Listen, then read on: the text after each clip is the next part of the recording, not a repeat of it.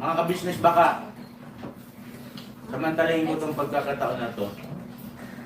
Kung po pwede po sana, lalambing ako sa inyo. Supportahan niyo po yung Anime Reactors TV. Solid ka business po yan. Tapos ano po kasi siya, bedridden na po mga ka-business. So sa pamamagitan ng pagbablog, awa ng Diyos nga, na-monetize na siya. Nagkakaroon siya ng kaunting revenue.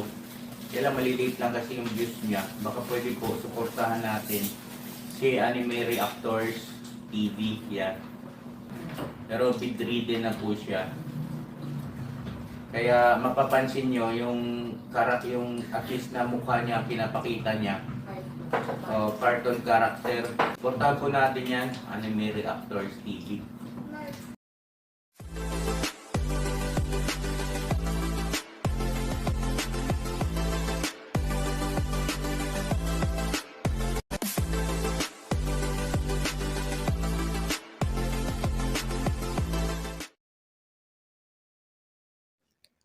Hello guys, mapagpalang araw po sa ating lahat. Narito pong muli ang inyong lingkod, Anime Reactors TV. At sa mga hindi pa po nakaka-subscribe dyan sa aking munting channel, ay baka pwede naman pong makipindot na po ng subscribe button. At makilike and share na rin po ng aking mga video. At patuloy din po natin suportahan ang Mag-amang Ka-Business Official at Papa Dins TV. At ganun din po yung kanilang second YouTube channel na Ka-Business Family, na kung saan ay ang 3M nga po ng Ka-Business Family ang nagbablog dito. And guys, panibagong araw, panibagong reaction ulit po tayo. At for today's video po ay gawan po natin ng reaction itong vlog ni Ka-Business patungkol dito sa ginawang pagbubukas ng mga kagwang at nitong 3Ms o ng buong Ka-Business team patungkol dito sa naging attitude o naging gawi nito si Kuya Renji dito sa Ka-Business House. At yun, dito nga po ay inisa-isa nitong mga kagwang ang mga nakita nilang pagkakamali nitong si Kuya Renji. At dahil itong mga kagwang ay isa-isang nagsabi dito kay Ka-Business at kay Mrs. Ka-Business ng napapansin nga nila na nagiging ugali o gawi nitong si Kuya Renji. Kaya naman minabuti nitong sila Mrs. and Mr. Ka-Business na tipunin ang buong team para marisolba itong usaping ito.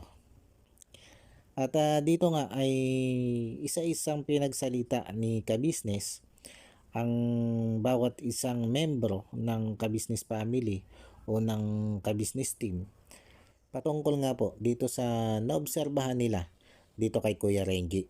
At ito nga nung magsalita ang bawat isang membro ay halos pare-pareho lang naman ang tinutukoy nila na naging attitude nitong si Kuya Renji. Ito nga ay yung nakikita nila na itong si Kuya Renji ay walang inisyatiba o yung pagkukusa. At kahit nga daw nakikita na nito si Kuya Renji na nagtatrabaho ang lahat ng kanyang mga kasama dito sa Ka-Business House, ay hindi man lang ito tumutulong. Titingnan ka lang at pagmamasdan, pero hindi kanya tutulungan. At kung hindi mo pa ito papakisuyuan, ay hindi pa ito gagawa. At asiste, kung ano yung ipinakisuyo mo, ayun lang yung gagawin niya. Pag natapos niyang gawin yung ipinakisuyo mo, kahit pa nga nakikita niyang marami pang gawain yung kanya mga kasamahan, ay hindi niya tinutulungan. At mas inaatupag nga daw nito si Kuya Renji ang pagsi-cellphone. At kadalasan ay andun ito sa kwarto. At pahiga-higa kung hindi tulog, ay nagsi-cellphone. Ultimo daw yung pagsasaing sa umaga o basta yung time na isasaing na at nandun sila lang sa ka-business house ay hindi man lang mapakinabangan itong si Kuya Renji. At kung minsan pag ito'y nagsaing ay tunog pa dahil napapabayanan ang sinaing dahil nga sa kanyang pagsi-cellphone. At ang pangyayaring ito guys ay nangyari nito lang. O siguro mula nung dumating siya dito sa ka-business house hanggang nito lang, nitong bago nila ito sitahin. At malinaw lang na hindi ito yung panahon o hindi lang ito yung panahon na siya ay namumroblema dito kay Ate LB o sa pakikipagbalikan niya dito kay Ate LB. Pero ito guys ito sa sariling pananaw ko lang ito kung ikaw ay isang taong may pakisama, dapat pag nakikita mo yung mga kasamahan mo na gumagawa, dapat hindi mo na kailangan magpautos. Dapat meron ka talaga diyang pagkukusa. Lalo na nga dito kay Laka Business. Tinanggap siya dito ng buong buo. Na sa kabilangan ng maraming nagko-comment kay Laka Business dati na dapat ay hindi tumatanggap itong sila ka-business ng basta-basta. Pero dahil nga doon sa awa sa ni ka-business at alam naman natin na may magandang loob itong si ka-business ay wala silang pag-aalinlangan. Nakupkupin ka nila at patirahin ka nga dito sa kanilang bahay habang ikaw ay nag-aayos ng sinasabi mong mga papel para ikay makalipad o makabalik sa ibang bansa. At dyan pa lang dapat, dyan pa lang sa ginawang kabutihang yan sa iyo nila ka-business, nila Mrs. Ka-business, ng buong ka-business family, ng buong ka-business team. Dapat dyan pa lang nagpapakita ka na ng iyong utang na loob o pagtanaw ng utang na loob sa mga ginawa nilang kabutihan sa iyo. Sa pamamagitan man lang sana ng pagkukusa sa mga gawain dyan sa ka-business house. Alalahanin mo, hindi ka naman talaga kinuha nila ka-business bilang isang trabahador dyan o bilang membro ng kagwang unang ka-business family. Dahil ang pakay mo lang ng pagpunta mo dyan ay humingi ka nga lang ng tulong dito kay Laka Business. Na nung una nga ay ang pagpunta mo sa ibang bansa at ito ang huli ay ang maayos mo na lang ang iyong pamilya at makapaghanap buhay ka dito na lang sa Pilipinas. Pero kita mo naman hanggang ngayon nananatili ka dyan kay Laka Business. At sinisweldohan ka na nga ng 10,000. Kung tutuusin maliit yan. Maliit yung sweldo na yan kumpara doon sa sinisweldo mo sa ibang bansa. Pero ikaw yung may gusto niyan Ikaw yung may gusto na manatili dyan kay Laka Business. At tama si Intoy. Kung gusto mong lumaki yung iyong sahod dyan kay Laka Business, ay magpakita ka naman ng effort. Magpakita ka ng sigla. Magpakita ka ng inisyatiba o pagkukusa sa mga gawain dyan. Hindi yung tipong ikaw pa, yung tila gusto mong pakisamahan nitong mga datihang kagwang. At nagpipiling parang bossy ka. Ganon. Paupo-upo. Pa-cellphone lang. Habang yung mga kasamahan mo ay todo ang trabaho. Pero sa pag-uusap nyo namang ito, ay humingi ka na naman ng tawad dito sa mga nagawa mong kasalanan. Tinanggap mo yung mga pagkakamali mo at nangako ka na ikay magbabago na. Pero ito nga ba yung totoo? Dahil alam mo, sa totoo lang Kuya Renji, napakadali lang sabihin na patawarin niyo po ako, hindi na po ako ulit. Gagawin ko na po ang dapat kong gawin. Napakadaling sabihin yan Kuya Renji. Ngayon, Dahil nasabi mo na yan, ang tanong, kaya mo ba yung panindigan? Oo, maaring kami mga viewers, hindi namin nakikita yung mga ginagawa mo. Pero alalahanin mo, nandyan ang buong ka-business team para magmatyag sa'yo. At sigurado naman na hindi nila pagtatakpan kung ano yung nagagawa mong mali. Kaya sana patunayan mo. Patunayan mo yung ipinangako mo na ikaw'y magbabago na. Sana hindi puro lang salita yan sa harap ng camera. Sana kahit walang camera, kahit wala dyan si Mr. and Mrs. Ka-Business, ay gawin mo na yung ipinangako mo ngayon. Dahil baka ang siste niyan, ay ipinangako mo lang. Kasi nandyan nga si Mr. and Mrs. Ka-Business at may nakatutok na camera. Dahil kung hindi mo tutuparin yan, ay maaaring kami mga viewers sa ngayon ay mapaniwala mo na ginagawa mo na yan. Pero alalahanin mo, walang lihim na hindi nabubunyag. At sabi ko nga, andyan lang ang mga mata ng buong ka-business team na kung sakaling hindi mo tuparin ang iyong ipinangako at magpatuloy ka dyan sa ganyan mong asal, ay hindi yan mangingiming mga yan na sabihin o ipaalam sa aming mga viewers ang totoo mong ginagawa, ang totoo mong inuugali. At ito pa yung isa nakakatawa dito, guys.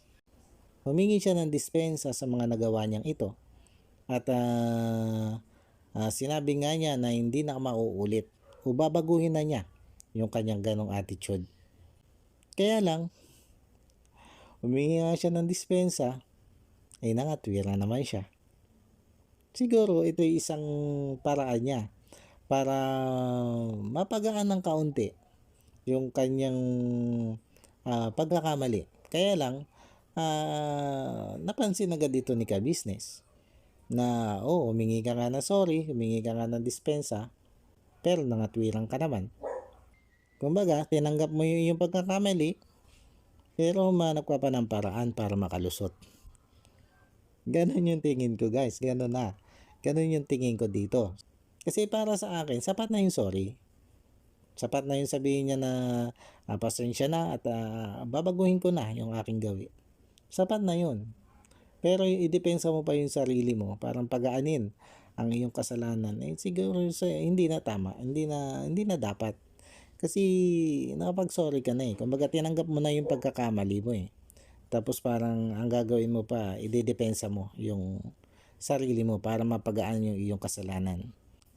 Tapos may mga naging puna pa nga itong si Junjun at itong si Nika na pag nga daw po sila nagbablog ay may pagkakataon na kinukuha ni Kuya Renji ang camera nang walang paabiso sa kanila. Kumbaga basta na lang nitong aagawin ang camera sa kung sino may hawak nito. Na kung tutuusin ay mali. Dahil kung gusto mo na tulungan sila o sa bahaging yun ikaw nag-inisyatiba na tumulong para maalwa na sa pagbablog yung 3Ms, dapat sana magpaalam ka na, uy, ako na yung hahawak ng camera para mas okay kayo makapag-vlog. Kaya lang, ang nangyayari ay basta na lang niyang hinahalbot yung camera. At tama dito si Kuya Boknoy na yung ganong attitude ay lumalabas na kabastusan. Dahil hindi ka na maalam Hindi mo man lang sinabi, hindi ka nagpa-excuse na, uy, ako na lang muna dyan. Ako na yung hahawak niyan. Kaya, suma total, kabastusan yon. Alam nyo guys, para sa akin, itong ginawa ng mga kagwang at ng 3Ms na pagsasabi dito kay Laka Business at kay Mrs. Ka Business nung nangyayaring ito dito sa nagiging attitude nga nitong si Kuya Renji, ito'y pagmamalasakit pagmamalasakit ito dito kay Laka Business na may ganito nang nangyayari sa loob nga nitong kabisnes family na hindi nga alam ito si Mr. and Mrs. Kabisnes. Kumbaga nagiging kampante kasi itong si Mr. and Mrs. Kabisnes na ang lahat ay okay lang. Dahil nga, yun nga, sabi nga ng mga kagwang, ay pag andyan si Mr. and Mrs. Kabisnes, ay okay naman ito si Kuya Renji. Pag may vlog, ay okay din ito si Kuya Renji. Natulong at nag-iinisyatiba. Pero pag wala na nga si Mrs. and Mr. Kabisnes at wala na din ang camera, ay yun nga, doon siya nagiging papatay-patay. Kung tutuusin, kung ito ay gagawin ni Kuya Renji na positibo, itong ginawang puna sa kanya ng mga kagwang, ay malaking benepisyo ito sa kanya. Bakit? Kasi may itama niya ang kanyang mga pagkakamali. Kaya lang doon sa mga viewers, naging dating nito, ay tila ba parang pinagkaisahan nitong si Kuya Renji. At may mga nag-comment nga na para daw walang pagkakamali yung mga kagwang na pumuna dito kay Kuya Renji. Alam nyo guys, ganito lang kasi yan. Kung ang titingnan mo ay yung pagkakamali mo para pumuna ka dun sa ibang tao, ay walang mangyayaring punahan. Dahil lahat naman tayo ay may pagkakamali. Ang malinaw lang kasi dyan guys, hindi porke may pagkakamali ka ay hindi mo na pupunahin yung pagkakamali ng iba. Hindi mo naman pupunahin ang pagkakamali niyan para sila'y i-down mo o para siya'y i-down mo. Hindi mo siya pupunahin para ilugmok o para matahin. Kundi kaya mo siya pupunahin ay para itama yung kanyang pagkakamali. Para iwasto yung kanyang maling gawi. At para matuto siya na iwasto o itama yung kanyang mga pagkukulang. Yun yung purpose dito guys ng ginawang pagpuna ng mga kagwang at ng 3Ms dito kay Kuya Renji. Dahil nakita nyo naman guys, after na mapuna nila itong si Kuya Renji, ay magkakasundo naman sila. Nagyakapan, nagbatian, nag-peace bomb. Sa paghingi ng sorry nito si Kuya Renji, ay agad din naman nilang tinanggap ang sorry nito si Kuya Renji. Pagpapatunay na yung ginawa nilang paghahayag ng kanilang mga obserbasyon at reserbasyon dito kay Kuya Renji ay bahagi lang ng kagustuhan nilang maituwid itong si Kuya Renji doon sa kanyang nagiging pagkukulang o pagkakamali na nagiging asal dito sa ka-business house. Yun lang yun guys. Kumbaga hindi yun pinipersonal ng bawat isa. Nakita naman natin. Bagamat itong si Kuya Buknoy ay medyo naging mataas yung kanyang pananalita, yung patungkol nga dito sa ginawang pag-agaw nitong si Kuya Renji sa camera habang nagbablog itong si Junjun at si Nika, ay sa bandang huli nung humingi na ito si Kuya Renji ng dispensa sa kanyang nagawang yon, ay naunawaan din naman agad ito ni Kuya Buknoy. At ito si Kuya Buknoy ay nakita naman natin na isa siya dun sa unang lumapit dito kay Kuya Renji para mag-hug, palatandaan na tinatanggap niya ang dispensa nitong si Kuya Renji. Kaya dun sa mga viewers na nagsabi na parang walang pagkakamali itong mga napumunang kagwang at itong 3Ms, ay hindi po sana ganun. Kumbaga dapat ay palawakin natin yung ating kaisipan. Dahil paano na lang po kung hinayaan nila yan. Hinayaan nila at hindi na nila pinuna itong si Kuya Renji. Paano po matututo itong si Kuya Renji mula doon sa kanyang pagkakamali? Paano niya po maiiwasto yung hindi na magandang nagiging gawi niya dito sa ka-business family o dito sa ka-business house. Paano po ma-develop ang inisyatiba nitong si Kuya Renji kung hindi ito napuna nito mga kasamahan niya? Di po ba? At doon sa mga nag-comment na itong si Kuya Renji daw ay taasan ang sweldo at gawin ng kagwang, wag po nating pangunahan si ka-business. Alam po ni ka-business ang kanyang ginagawa. At ang paglalagay po sa isang tao bilang isang kagwang ay hindi po basta-basta. Kundi meron po sila dyan tinatawag na pamantayan para maging kagwang. Kaya wag po nating pangunahan ang desisyon ni ka-business. Mas siya po ang nakakaalam dyan dahil siya ang nakakasama ng mga yan sa araw-araw. Hindi po tayo. Tayo po ay kung ano lang yung nakikita natin sa vlog, yun lang po ang ating alam. Tapos may nag-comment pa na sumisip-sip daw itong mga kagwang dito kay Mr. and Mrs. Ka-Business.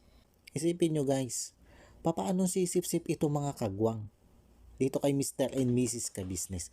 Ay mga kagwang na nga itong mga ito. Kumbaga, yun na yung pinakang mataas na posisyon na ibibigay sa kanila nila ka-business. Dahil mga kagwang na nga sila eh. Bahagi na nga po sila ng membro ng ka-business family.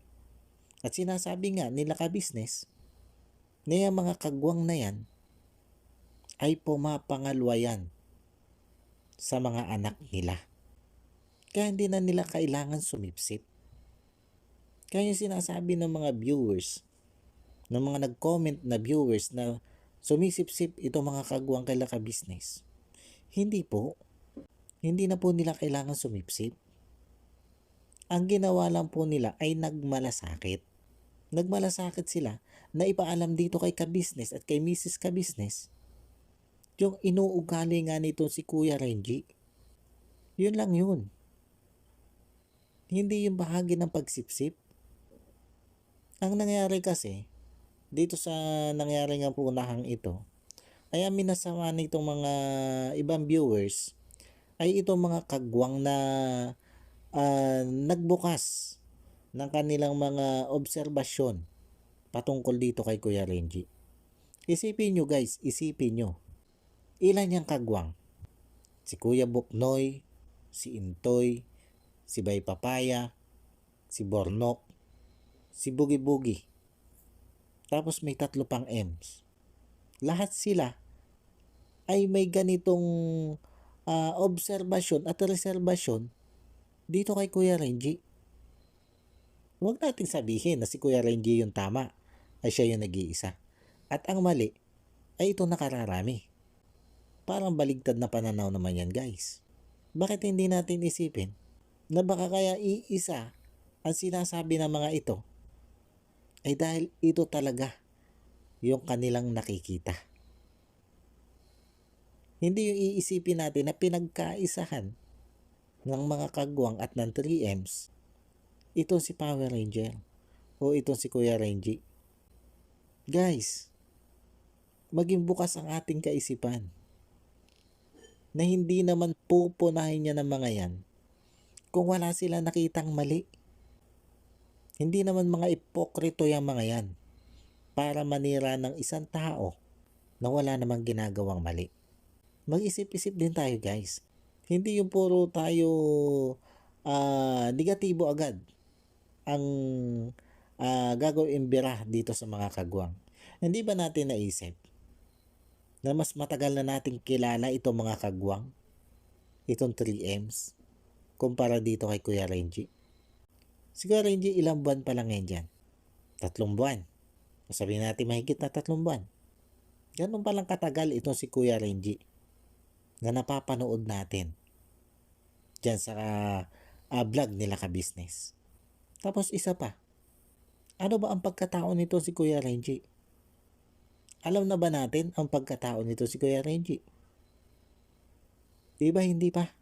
Ang alam lang natin ay dati siyang OFW na pumunta dito kay Laka Business para humingi ng tulong. At kaagad naman itong tinulungan nila ka business. Pinatuloy pa nga dito sa kanilang bahay.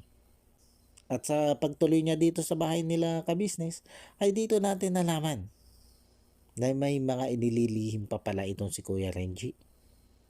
Na dalawa nga ang asawa nito. Na kahit nga ito'y may asawa na sa una, ay nagawa pa nitong magpakasal sa kanyang pangalawa. At nung kuno'y mainggit siya sa samahan ng mag-aasawang kagwang at nitong mag-asawang ka-business, ay naisipan niyang balkan itong kanyang first wife. At ganun-ganun lang niyang iniwan yung kanyang second wife at yung anak niya doon. Katulad halimbawa ng ginawa niyang pag-iwan dito sa una niyang pamilya. Ganun din yung ginawa niya doon sa pangalawa niyang pamilya. Tapos ang sistema nito ay tila inilihim nito sa atin yung patakaran o batas ng relihiyong Islam o ng mga Muslim pagdating dito sa pag-aasawa. Ang dami nito guys, paligoy-ligoy. Kumbaga, dito natin nakilala itong si Kuya Renji sa hindi niya pagsasabi ng totoo. Doon natin siya nakilala. At hanggang sa kasalukuyan niya, ay hindi naman talaga natin alam kung may mga lihim pa ito sa pagkatao niya. Kaya kung ikukumpara natin itong mga kagwang at itong 3Ms dito kay Kuya Renji, ay mas kilala na natin itong mga kagwang at itong 3Ms. Kumpara nga dito kay Kuya Renji. Hindi naman sa minamasama ko itong si Kuya Renji. Kundi ang gusto ko lang sabihin dito guys, ay dapat hindi natin hinuhusgahan itong mga kagwang at itong 3Ms nang dahil lang sa bubukas nila ng kanilang obserbasyon dito kay Kuya Renji. Dahil ang nangyari nga ay dahil dito sa ginawa nilang pagbubukas ng kanilang mga naobserbahan dito kay Kuya Renji, ay sila na yung minasama ng mga viewers o ng ilang viewers. Hindi naman natin nilalahat yung mga viewers, pero marami dito ang minasama itong ating mga kagwang na kung tutuusin ay yung purpose naman nila ng pagpuna dito kay Kuya Renji ay hindi naman masama. Kumbaga gusto lang naman nilang itama ito si Kuya Renji doon sa kanyang mga pagkakamali. Gusto lang nilang ipaalam dito kay Kuya Renji na mali na ang ginagawa nito, na mali na ang inuugali nito. Kaya para sa akin guys, sa mga nangyaring ito, maging masaya na lang po tayo na naibukas o naiparating ng bawat isang kagwang at ng 3Ms ang mga naging pagkakamaling ito ni Kuya Renji. Nang sa ganun, ay may tama niya ang kanyang maling attitude o maling gawi dito sa ka-business house. Paano po? Hanggang dito na lang po itong aking reaction video nito. At sana po ay nagustuhan nyo po ito. At kung ano man po yung inyong komento dito sa aking reaction video ito, ay malaya po kayo mag-comment. At yun, bago po tayo magtapos, ay gusto ko lang pong muling i-shout out at pasalamatan itong si Ma'am Nerissa ng New Jersey. Ma'am, maraming salamat po dito po nga sa pinaabot nyo po sa aking blessing, lalong-lalo nga po dito sa aking wheelchair. Maraming salamat po ma'am, at mabuhay po kayo. At shoutout din po dito sa aking isang solid supporters na hindi nawawala sa aking comment section. Ito si Ma'am Naginagi. At doon sa mga iba pa po na patuloy pong sumusuporta sa akin at sumusubaybay po ng aking mga reaction video, ay shoutout po sa inyo lahat. Hindi ko na po kayo maisa-isa. At maraming salamat po sa patuloy nyo pong pagsubaybay sa aking mga video. At God bless po sa inyong lahat. Paano po, hanggang dito na lang muna po yung aking reaction video. At muli po ay maraming thank you po sa patuloy na sumusuporta at nanonood ng aking mga video. At sa mga hindi pa nga po nakaka-subscribe dyan ay baka pwede naman po makipindot na ng subscribe button at maki-like and share na rin po ng aking mga video. Muli po ay maraming salamat po and God bless po sa inyong lahat. Anime Reactors, shoutout po. Suportahan natin yan si Anime Reactors TV. Yan, pakisupport po natin.